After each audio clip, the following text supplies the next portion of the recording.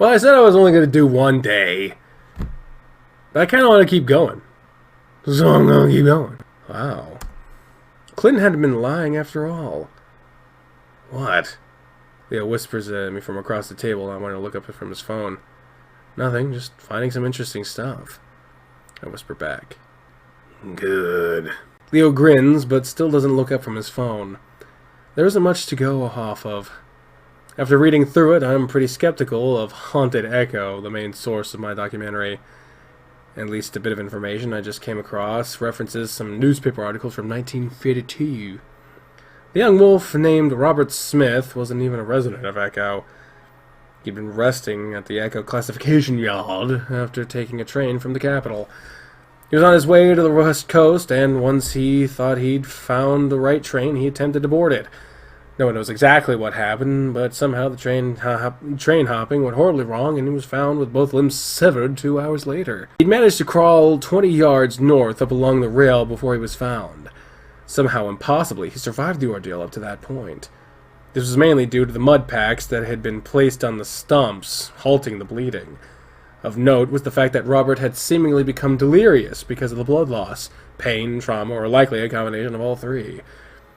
He claimed that the bleeding had been stopped by a creature of some kind. When he tried to describe it, he began to sob and scream incoherently. It's hard to say how much of this is being exaggerated by the author. Either way, I don't exactly have time to track down all of her sources, so I decide I'll just have to trust it. My leg jumps as something soft and ticklish brushes up against it. I snap my gaze up at Leo. What? Leo gives me an innocent look while he continues to brush his tail up against my leg. Well, if you're not going to say anything, then please stop doing that. It's distracting. He does stop then, and I feel a little guilty, so I look back up. And thanks for getting a library card just so I could check this out. It's a huge help. He smiles. No problem, Spanish word. Not one of your sexier words. Whatever it meant. What did it mean? I return back to the book. It's unlikely that Robert would have survived anyway due to the extent of his injuries and infection. Still, it is of note that he ended up committing suicide a few hours after this discovery. He apparently slipped out of the 5th floor window of the Peyton Regional Medical Center. Yeah, he just slipped out of that shit. Though authorities simply dismissed it as a case of a man knowing that his demise was nigh and finishing the job himself. The author speculates it had something to do with the horrors he saw on the tracks. I hear soft whine coming up in front of me, and I lower the book and find Leo draped across the table on his chest. What the fuck? He's looking up at me with his huge puppy eyes. I can't help but smile because it's so fucking adorable, even for a wolf as big as him. What? I have a project to do, remember? Yeah, I know, but we've been here for 3 hours now. You should take a break. I look at the time, and I am shocked that he's actually right. How the hell did that happen? I guess that's a good idea. I was just finding some really interesting stuff.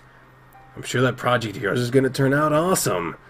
He grins and stands up abruptly, grabbing my book up as well, so I couldn't continue to read. Mrr! Let's go get some lunch. It's already almost 3. Alright. Did you want to go to the diner? You want to eat there? Well, with a lot of L's, it has been a few days. I'd like to catch up with the others, you know. I know that's what you wanted to do. Actually, everyone's busy. Already tried. Just gonna take them on that face value shit. Oh, really? What are they doing? Oh, Flynn's working, TJ and Jen are on a hike, and Carl's asleep. Oh. Doesn't really seem like Leo to just blow off meeting with everyone, but I guess at this point in the trip, he's just tired of trying. I know I would be. Ooh. What the fuck is this place? It looks cool. Big pink building. Probably just to show me up after what I said last night. Leo takes me to a semi-fancy steakhouse. Oh my my! He, of course, insists on paying for everything. I'm not really sure when Leo became so concerned with how I perceive his income. I don't mind, though. The meal is good, and I'm happy to not pay the $30 price tag. Well, it is actually. That is a decent amount. It does remind me of his job, though, so I ask him about his schedule. He says his parents gave him the entire week off, which surprises me. I remember how Leo worked almost every day in that shop. I guess his dad just mellowed out with age. Or he's dead! Again, I have no reason to complain, though. On the way back, Leo nudges me as I'm nodding off, and you always falling asleep. What the hell? And gestures out his window. Peyton High. Sure enough, our old high school is visible out of the window. Want to swing around? Just to look at it? Yeah. I'm tired, but we're not doing anything else. Alright, why not? It's past 5 at this point, and as we pull up into the parking lot, there are only a few cars scattered around. Ah, look at the stands. We walk around the side of the school, then onto the football field. If Peyton High School puts his money anywhere, it was definitely sports. Much like any small town. I fucking hated that shit. That was one of the reasons I was so mediocre by comparison. Every sport in the school was extremely competitive, each one winning state regularly. Wow. They win state once again. What? They win state again since I've been gone? Nope, came close last year, though. Almost as close as we did back in 09. Yeah. Still sore about that? He sits down on the bottom bench at the concrete bleachers, and I sit down next to him. Sometimes. Maybe because we were so damn close, and it really just feels like it was yesterday. It does kind of feel that way. I can remember it pretty clearly. It was the first and last time I had seen Leo really cry. He wanted that championship so bad. He is a competitive motherfucker. I lean back and look around, breathing in deeply. Oh, it's really nostalgic being here, isn't it?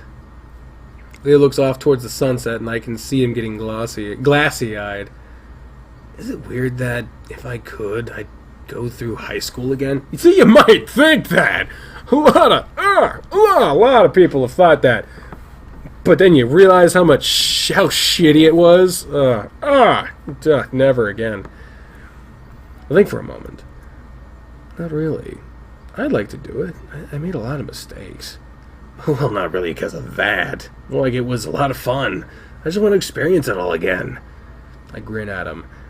Hey, you're talking like you peaked in high school. Did I? The question catches me completely off guard, and my stumbling around for words that follows doesn't help. No! He sighs. Leo, you've got a good-paying job, your own house, a pretty damn good life. You're doing better than most. He laughs a little. I guess I just don't feel like it, you know? Why not? He leans back. Well, I don't really feel as good as I did back then. When I think of high school, or even further back, man, those were the good days. I think about how completely inverse I am to that. How my life improved exponentially after I left the town. Well, you know, if you keep looking back, I don't think you'll ever be happy. He looks so sad. I wrap an arm around his shoulders, which is a little difficult considering how broad they are. Because 5 years from now, you'll probably look back on this era of your life and think, man, I wish I could go back. You're probably right. Well, let's just enjoy now. Now's the only time that matters, man. Leo sighs again, and then looks straight down at me, meeting my eyes. Chase? Yeah? He pauses, looking off to the side before turning his eyes back on mine. Oh, God, you've rung that bell. You can't unring that bell, man. That's why you gotta be careful saying that shit. Oh. 3 small words that mean oh so much. I love you. I immediately look away. Chase, please. Please, just come back. I miss you so much every day. I stare out across the field, not able to meet his eyes again. I'll stop smoking. I'll stop picking on Clint. I'll get rid of the gun. Just please, come back. I don't know, Leo. You know how I don't like it there. And I feel like I should keep my options open. Find a good job, a good place to live. Just for a year or 2, while you're getting on your feet. I'll give you a place to stay. That sounds great, Leo, but to get back together, it's like setting ourselves up for another breakup, and I don't want to do that. But then we'd know for sure, without parents or school in the way. It'll just be us, and then, even if it doesn't work out, there'll be some there's some closure there. For the first time, I feel myself seeing things from Leo's point of view. I'm not necessarily losing anything by at least trying. Yes, yes, you are! Oh, God! He's such a... And he's right. There really wasn't any closure, mostly because of me. Leo must sense my indecision because he immediately presses forward. And I'll be making enough to support you while you figure things out. Hey, I don't want to mooch. I don't mind. I just want you to be comfortable so you can do what you want to do. But, Echo... He was quiet for a while, a long while, before he finally speaks up. Now that I can't fix. But I guess one way to decide is to weigh what's more important to you. You're asking me to choose. I'm not asking that, exactly. Leo glances at me. But if I did, I blow out a long sigh. So you are. He doesn't say anything, so my mind starts wandering over the years we've spent together. Despite how much we fight, there's no question in my mind what the answer is, and it hits me like a thunderbolt. Well, I choose you. China! I choose you! Oh, fuck. Fuck. Oh, it's so bad. It's so bad. Oh, no. No. This is wrong, man. All at once, his face explodes into a grin. So much happiness in one expression that I don't think I'd ever be able to take back what I just said, even if I wanted to. Can't unring that bell. Instantly, I'm wrapped up in a tight, warm hug, one that crushes the air from my lungs. Oh my God, Chase, I love you so fucking much. Oh, Jesus. Hey! But you still got a year of school left, so we're gonna have to get back into contact, and we're gonna have to exchange. I clasp his muzzle shut with my hand around it, and he just stares back at me with wide eyes. I didn't even say yes. I take my hand away from his muzzle. Oh, well, what'd you say? I look again towards the sunset, past the concrete bleachers and the goalposts in the direction of Echo, and take a deep breath. I look back at Leo. Yes.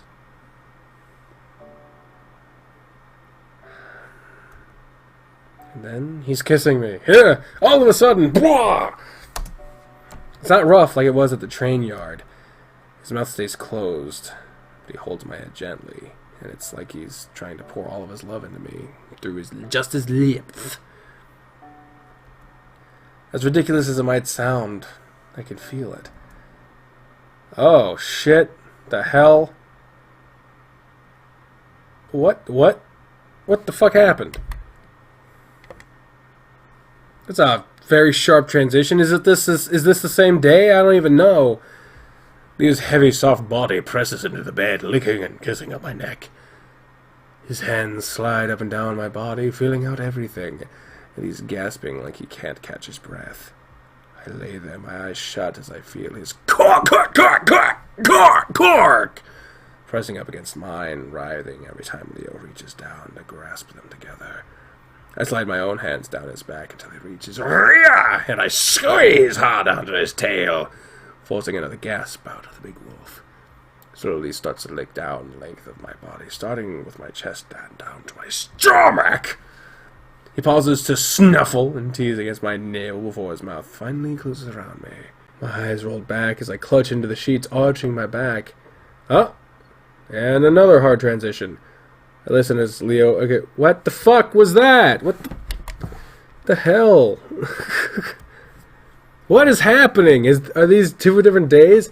I listen as Leo showers down the hall as I smile as I hear him singing. I usually shower with him back in the day, but I was so tired I passed out as soon as we both finished. Oh, did you fuck? Ah, you fucked! Once I opened my eyes again, Leo was already in the shower. I'm about to drift off again when I hear Leo's phone buzz. He'd been on all day, probably trying to coordinate a meeting with the others. It's already Friday, which is hard to believe. Way to get back together again before we lost the chance. I look over. The screen is already lit up, so I sit up and look. A message from Flynn. Yeah, well, fuck you too. Uh-oh. Not exactly a surprising message to get from Flynn, but I wonder what they were fighting about. Time to snoop! From the sounds of it, Leo is still in the middle of his shower, still rocking out to his diva pop song. No. Oh, shit. How about we do this? We check his phone, see what it was, and then go back and then not snoop. But then our character wouldn't know and can, and but I want to know. I want to know. We're going to do it. We're going to check his phone. We're going to be assholes. We're going to do the bad. This is very bad. Do not do this in a relationship. But we're doing it now. With some amount of guilt, I reach over and grab his phone and open up his texts. I scroll through the conversation to earlier this morning. Chase has a project. Toto? Bullshit, you're fucking with him again, huh? I'm helping him. You planned this from the start, didn't you? What? This whole thing was to get back in his pants. How about I plan this after you ruined it the entire week, huh? Yeah, well, fuck you too. Shit. Absolutely, it'll go on YouTube. It'll go on YouTube unedited, and then I will edit it down for an official episode on the main channel. I frown. It's too bad Leo and Flynn are still fighting, but for some reason their exchange has me feeling uneasy. I pull up his next recent text thread, the one with Carl. Carl asked Leo when we were hanging out again yesterday night. Leo pokes some fun about him sleeping in the crawl space. Leo tells him he isn't sure, that I'll probably be too busy with my project to hang out. Leo never asked me. I feel my heart start to pound. Today Carl texted again asking how things were going. Leo tells him that I wanted to go to the high school for nostalgia's sake. That I wanted to be alone for it. He sent that 2 hours before we even got there. Before he acted as if it was on a whim. Manipulative asshole. I knew it. Then Jenna asked if Leo is avoiding her. If she said something wrong. Leo tells her everything's fine, but again, I'm too busy to hang out. Then his text to TJ. Hey, yesterday was so much fun. I knew you said you were probably going to be busy, but I wanted to check. Chase is still pretty sad about what happened Monday. I think he needs more time. Oh, okay, please do tell him I'm sorry. He told me he was fine yesterday, but I guess he might have been faking it for my sake.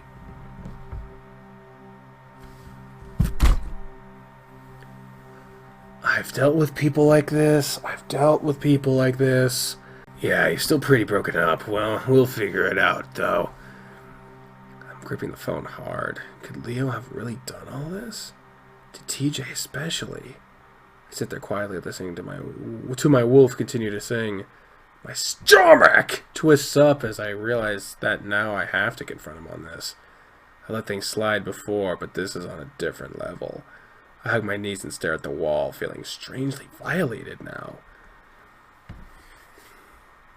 As I stare, I see a dark spot with spindly legs move across the wall. Oh no! Spider pauses as if acknowledging me before disappearing into the back dark corner. I sit on hard, uneven ground, shivering as I try to cover myself up with the blanket. The night sky. My eyes adjust enough for me to realize that I'm outside somewhere, looking through the branches of dead trees to the many stars above me. Aside from the calls of a few birds, it's completely silent. I stare at the sky above me for a while, wishing that it wasn't so cold so I could go back to sleep. Where am I? The slight confusion I feel mixed in with the apathy of just waking up is a familiar feeling. And we're in space? This is a Star Trek fanfiction. You didn't know? I can remember when my parents forced me into Boy Scouts 10 years ago. I hated it so much, especially the camping. I could never fall asleep, and when I finally did, it would be marred by me tossing and turning, waking up in confusion as to where I was. I'd sit up straight in the tent, looking around me for up to 10 minutes, wondering why I was in the complete darkness and sitting in a sleeping bag. It's like now there is no tent or sleeping bag.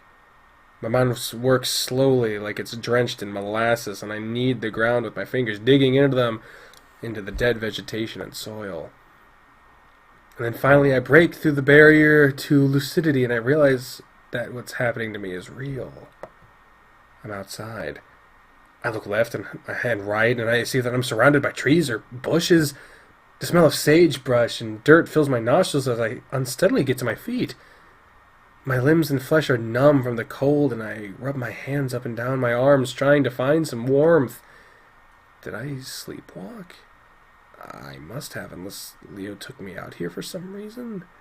Or someone else did. I shiver.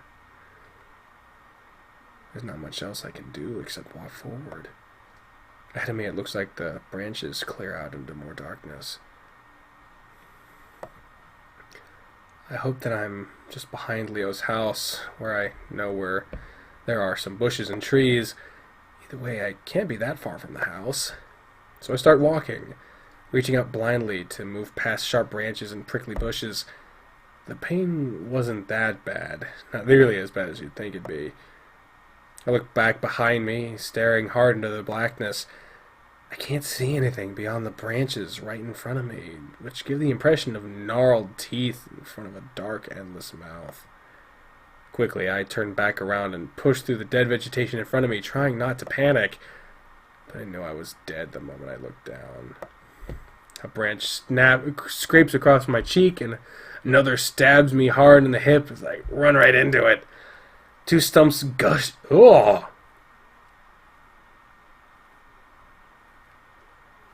What?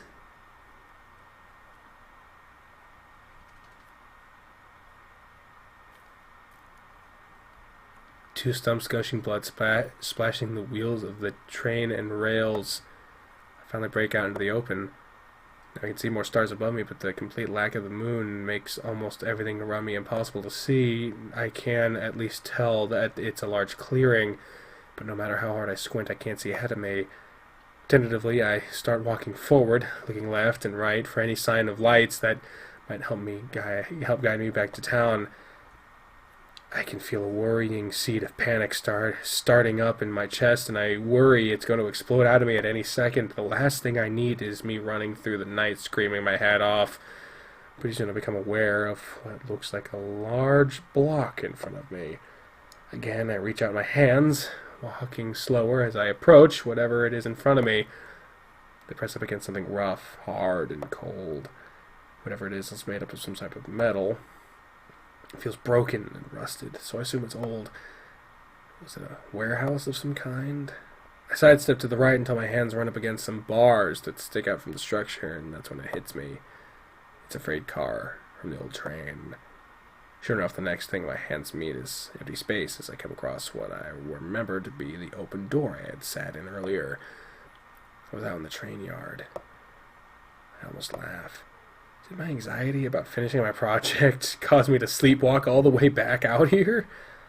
At least now I know exactly where I am. I rest my hands on the edge of the car, breathing in the musty air inside.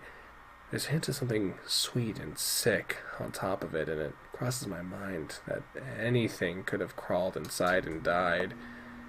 I quickly move away from the car. Turning my body in the direction I know Leo's house is in, I start walking again, pouring through my recent memories to see if I could somehow remember how the hell I got here. I remember Leo coming back into the bedroom, putting his arm around me, and then nothing. I definitely fell asleep. Sleepwalking is the only answer. The sound of rustling behind me makes me jump, but I keep moving forward, among some tiny creature in the grass, getting me spooked. Squinting ahead of me, I see no lights yet, which is strange, because I know Echo should have at least a few lights on. Street lights, at least. A loud metallic clang fills the air, and this time I do whirl around. Hello? My voice is still scratchy from waking up, and I cough to clear it. Hello? The loudness of my voice actually startles me, but the response is silence. The bird hit it. Maybe I knocked into something loose when I was feeling around. I'm definitely not going back to check it out, though. So, with a quickened pace, I start moving again. That's when I hear more shifting around in the car, like something is rolling around inside. I stop walking again and hold still, perking my ears as I try to hold my breath, heart pounding. This time I don't call out, and instead just listen. I swallow, and it's so loud I almost jump at the sound. But again, the sound stops completely. I wait a while longer before I start moving again, this time at a slight jog. A crazy thought enters my mind where I think maybe Leo and I got really drunk, and maybe we both came out here and blacked out, and that Leo is in the train car right now, hungover and rolling around. It's in the middle of that thought, though, that the sound starts up again. It's louder this time, and ends with it cutting off for a split second before something heavy thuds to the dead vegetation below. I stop again. But this time it's so that whatever it is doesn't hear me. Whatever that... Knowing that if I keep walking, the heavy crunches of my footsteps will allow for it to pinpoint me immediately. My throat is completely dry. And the new thought enters my mind. It could be Clint. I wouldn't be surprised at all if he comes out here to sleep in the train cars. That'd be totally something he would do. Christ, you have to show up now. Well, it does ease my worries a little bit. I'm not fully relaxed because I know the dumb fuck has a gun. I also know he wouldn't hesitate to shoot at something if it startled him. So I crouched down a bit, waiting, listening, and now I'm pretty sure that I can hear breathing. Ragged, wheezy breathing. Definitely sounds like Clint. I gather up some spit in my mouth so my tongue doesn't stick to the roof of it and take a small breath. Hey, Clint? I say it gently, quietly, but I'm sure he can hear me. I get some more silence in return, but I also get the distinct feeling that he's listening back. I try again. It's me. There's an explosion of energy in the sound in front of me, but it's not a gunshot. Instead, it's a sense of forward momentum that I can physically feel, that whatever is in front of me is lunging toward me. Two loud thuds, one following the other in less than half a second, followed by an explosive dragging sound. The cycle repeats, and the second it ends, whatever it is sounds desperate, almost manic. But I don't stick around to find out what before I know it has my legs. What? Find out because before I know it, my legs are carrying me through the clearing as fast as they can. All thoughts of what it could be are gone from my mind as I dodge into the trees and bushes to my right, knowing that if I break through the other side, I'll be right in front of Leo's house. What's behind me, though? It's moving impossibly fast. Already, it sounds like the distance between me and it has been cut in half, and I'm struggling between the branches and the sagebrush. I hear it break into the brush with me. I gasp as full-on panic sets in. Leo! Leo! I scream as loud as I can, knowing that he should be able to hear me, also knowing that he sleeps like a rock. The thing behind me starts to double its efforts at the sound of my voice, and the cycle of its movement increased. It now has the momentum of a gallop. My breaths are coming in panic gasps, and now I know I'm not going to be able to make it because it's only 3 feet behind me. As if a window opens up in the back of my mind, I can see it. 2 clawed hands outstretched towards me, a face that flashes past too fast for me to make out.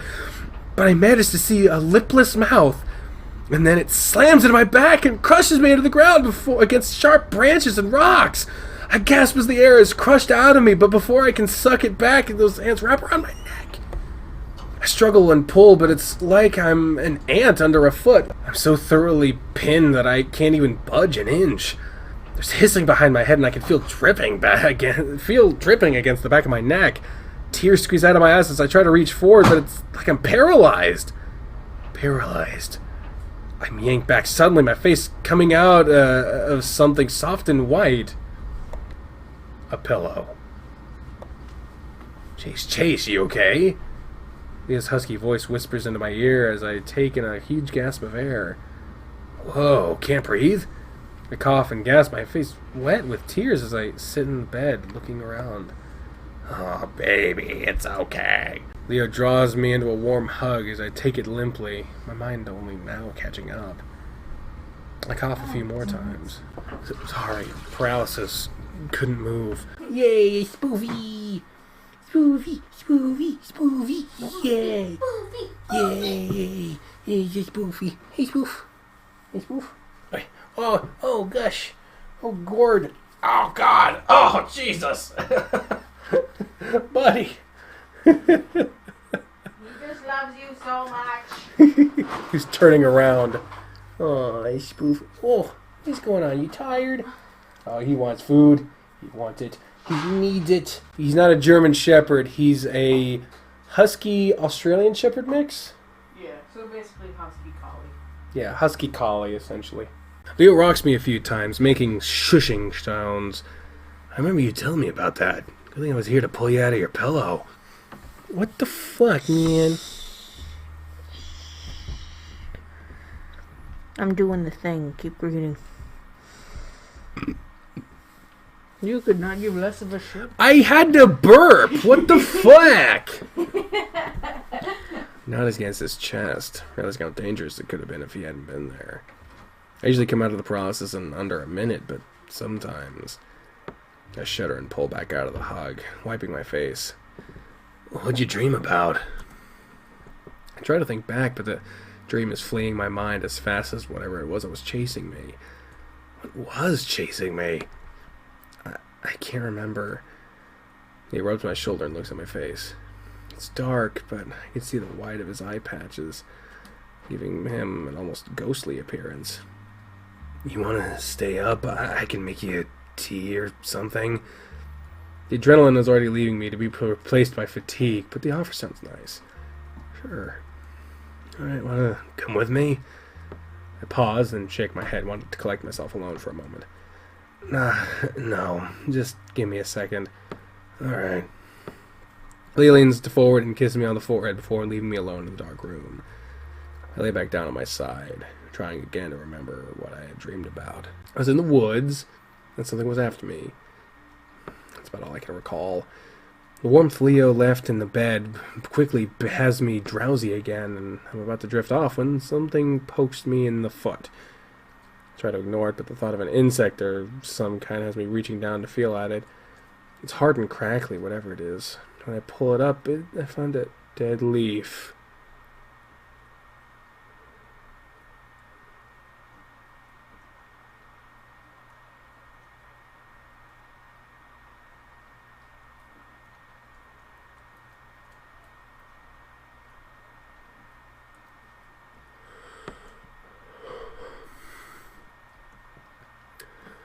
Frowning, I pull back the sheets, and there, clinging to the fabric of my fur and feet, is dirt and leaves.